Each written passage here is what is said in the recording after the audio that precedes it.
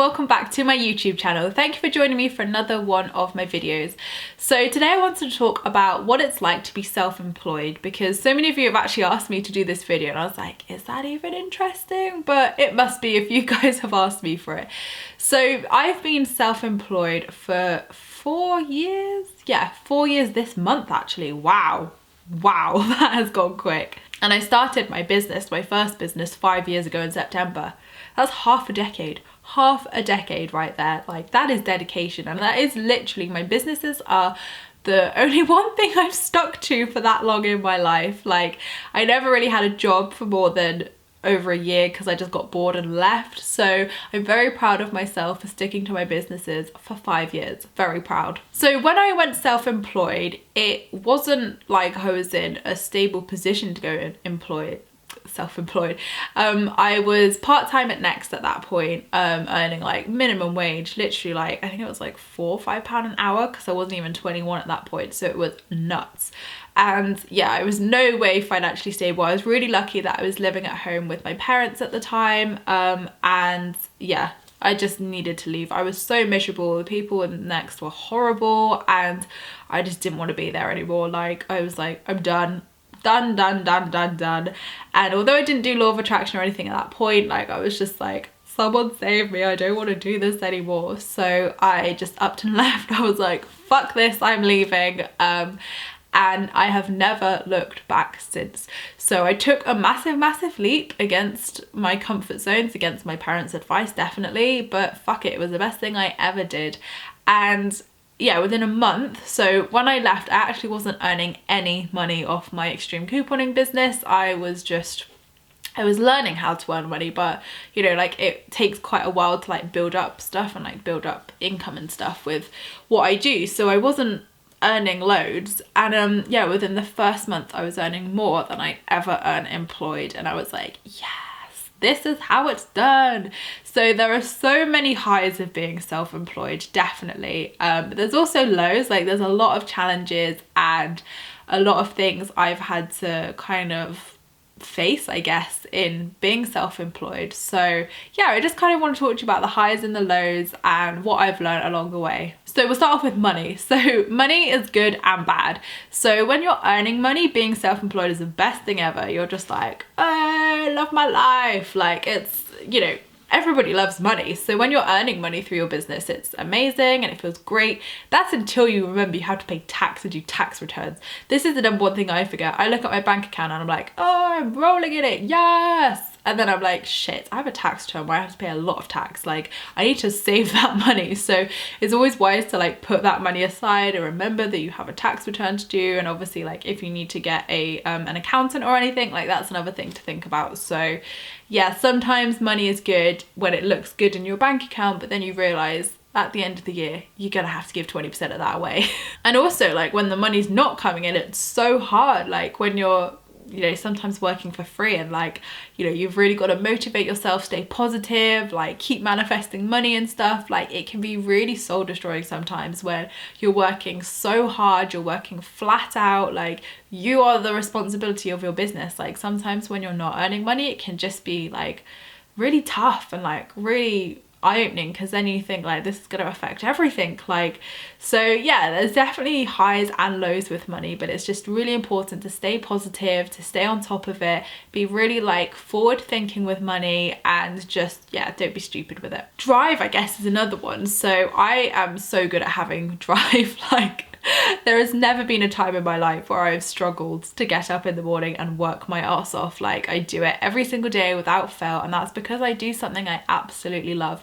When the passion's there, when it feels good, it doesn't feel like work. And you know, I do sometimes sit and just feel so overwhelmed with gratitude that I'm able to work anywhere in the world. I can take my work with me, that my work now is so inspirational and so helping a lot of people. It fills me, it fulfills me, it makes me really happy, it makes other people happy, and it's doing good in the world. So yeah, like it never feels like work for me. It always feels fun. I love being creative, so even doing these videos, doing blog posts, doing anything just feels really creative and fulfilling for me. But again, like if the money's not coming in, or you know, like something happens, like drive can be really, really hard to focus on and maintain, because sometimes you do just want to like get up and like sit in your PJs all day. Like I won't lie, some days I do have that, but you know, like people say to me like, how do you get up at like the same time every day, get dressed, get that? Like I would just sit at home and do nothing. But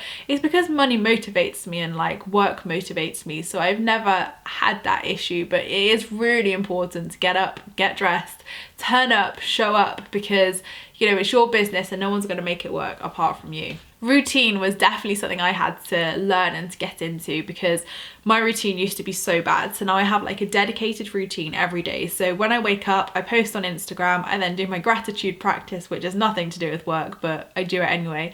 I then do my scheduling for extreme couponing. So I schedule in everything for the day in the morning, so I don't have to think about that business for the rest of the day. Obviously, if I get any emails come through, I can just address them as and when I need to. But yeah, I just like to get that out of the way, so I'm not thinking about it throughout the day, and then I can just fully switch on to my Emma work, do videos, be spiritual, whatever it is, because it's so hard to switch between businesses sometimes, and I just kind of need to fully put my focus into this now. So yeah, I just schedule it in the morning, and I've got an incredible VA who does like the website updates for extreme couponing and stuff like that. So yeah, she's really good to have, because it's taking that pressure off me and it's taking away the stuff I don't want to do, which just distracts me. And then after I've done that, I'll then do all my Emma work, like filming videos, writing blog posts, admin, emails, like all that kind of thing. Or like I'll do content creation, or like work on my merchandise, sending orders. Like that's nearly a full-time job in itself. When I launched my merchandise range, I was like, this is gonna be fab, like, you know, I'm gonna make incredible stuff which is gonna help so many people and people are gonna love it. And I was like, obviously I'm gonna earn money from it. And then I'm like, now I'm like, shit, like the actual packaging and sending is so time consuming. It's nearly a full-time job in itself. Like it's massively taken off, which is amazing, and I'm so grateful for that. But it's just like kind of underestimated that a little bit with everything else I have going on, and like my life coaching as well, like that's massively taken off. So yeah, I'm really happy where I am in my working life right now. It's incredible. I'm so fulfilled. I'm so blessed to be able to do this. So a routine is really important, because you need to know what you're doing. Because the problem is, if you wake up in the morning and plan your day, you're going to spend like an hour fucking like wasting your time. So you really need to like plan your week ahead. That's what I do. I plan my working week ahead, when I have days off, when I need to work, what I'm going to do in that working time. I even schedule down to the hour, because for me, I need to know what I'm doing ahead of time, so I can just wake up, switch on and work, like not faff around. And like, because faffing is literally my #1 pet peeve, and I can't be faffing, so I always need to know what I'm doing in advance so I can just wake up and do it. Another thing to learn is like being at home alone. So when I lived with my ex, like obviously he would be there, but now I've lived by myself for 2 years. Like I live by myself and work by myself in my home. It's not like I go out to an office every day and like interact with people. But you know what? Sometimes I'm bloody grateful for that. Like people can be annoying, and I'm such like a lover of peace and quiet and being in my own sanctuary. So I love working by myself sometimes. And to be honest, I don't work by myself. I'm always interacting with you guys online. Like I'm always talking to someone, whether it's through email, on the phone, meetings, you know, whatever. Like there is not a day where I don't speak to somebody. Like that would be really bad. But you know, and even like my delivery men, they're good contact as well. I have so many deliveries because of like the merchandise and stock and, you know, blogging and stuff. Like I've befriended the delivery men as well, so they're always good to have as contact. It can certainly be something hard to adjust to, definitely, because you know, like being by yourself, especially if you live by yourself, it's different if you've got a family or you like a husband or partner or whatever. But yeah, I think like living by yourself as well can be quite tough sometimes, but I am fully embracing and being grateful for all of the peace and quiet I have right now, because it feels so good and it's actually harmonious and I can just work, I can just get on with stuff. So I think the one downside to it would be I work too much because I'm by myself. Like if I lived with someone, then like obviously I think they would kind of influence me to not work as much, if that makes sense. So I think, yeah, like I think the downside is that I do work more because there's no one there to distract me. And real big positive is you're your own boss. Now, I wouldn't say I was like bored with like the potential to be my own boss, but like I did find when I worked in all of my jobs, like I was just really bored. Like, you know, it's not like I can't take authority from people. It's not that at all. Of course I can. I have to work with people now, like brands and stuff. But it's just the sense of I wanted free creative control and I wanted the freedom. I wanted the like financial freedom, the emotional freedom, and like I just don't want to work to build someone else's dream. I wanted to build mine. So being your own boss is really fulfilling, but at the same time you've got to be disciplined, you've got to be focused, you've got to show up every single day. Like this is your baby, this is your brand, this is you. So there's no point like half-heartedly being a boss. You've got to full-heartedly be the boss of your baby. And like I said, doing what you want is like a really good thing. I love that. Like I choose what days I work, I choose what hours I work, I choose what I want to do when I want to do, and that is the best bit of being self-employed, definitely. Sometimes it's not as easy. Like now I do life coaching, obviously like my schedule does work around other people's and like my schedule works to my appointments, so I have kind of like given up a little bit of that freedom, but it's still really manageable, and you know I can set my hours to whatever I want to work. So yeah, it's maybe not as flexible as it used to be, but to be honest I love life coaching, so it's perfect for me. Creativity is another benefit of being self-employed because I love being creative. I love designing stuff, creating stuff, making stuff, whether that's online, video, blog content, making merchandise, designing merchandise. I am so creative. Like I am such a creator and I absolutely love that. Like I'm so visionary and very visual, so it kind of makes sense that these are my businesses, definitely. Another benefit is that I get to live life on my own terms. So I kind of said this about the freedom, but yeah, I just get to live life on my terms. Like whatever I want to do, if I want to go away on holiday, I go away on holiday. If I want to do something, I go and do it. And I think that's so fulfilling and rewarding because I get to live life, like I get to live my best life. I get to earn money by doing something I really, really love. I get to pick my hours, pick what I do, you know, I have absolute freedom in my life and it feels amazing. Like it's so worth it. And I'm not saying like everybody pack in your jobs and go self-employed. Like you've got to have an idea of what you're going to do and you've got to be passionate and driven, and being employed by an employer might actually really suit your life and be something you actually really love. So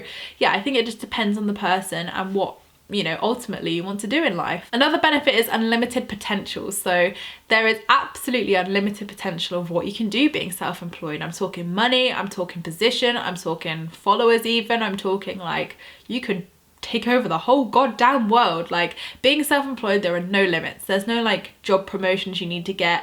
There's no like approval you need. You can just do it, like just fearlessly do it. So that's what I love in the fact of like my limits are my own limits. Like there's nobody else's limits. These limits have not been enforced by anybody else. They're just like what I want to do. So I love that part of being self-employed, definitely. And another thing I've had to face is being judged for one, my age, and second, my gender, sadly. A lot of, to be honest, I haven't really come across that with the blogging side of stuff, like the Emma side of stuff. Like I think it's kind of, in a bad way, like more rare for a male blogger, if that makes sense. So my Emma kind of business, I've never really had any like gender issues, but 100% for extreme couponing, like the amount of times I've turned up to like networking things or things with networks or you know like really important stuff, and they've been like, oh, are you the PA?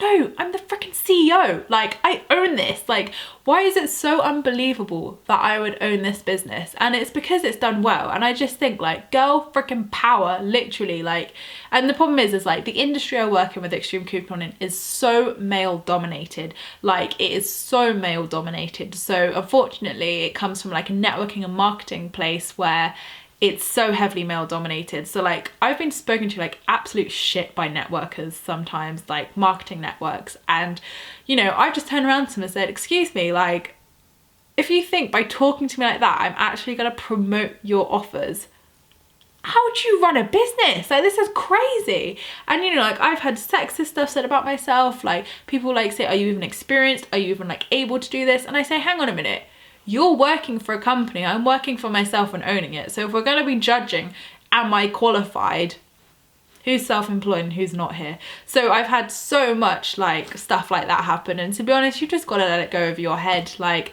you know, if you're again in a, like, no matter what gender you are, whether you're male working in a female environment or female working in a male environment, like unfortunately that's society. You've just got to rise above it and know your own worth, because unfortunately the reason why they're bringing it up is because they're actually jealous, and they're actually like, how come she's done this? Like, this isn't right, no young woman could do this. And of course my age has played into it massively. I started this when I was 20, so you know, I'm 25 this year, but you know, I still get age stuff thrown at me, like, you know, are you old enough to do this, blah blah blah, you're a baby, what do you know, you must have a whole team of people working behind you because there's no possible way you could do this.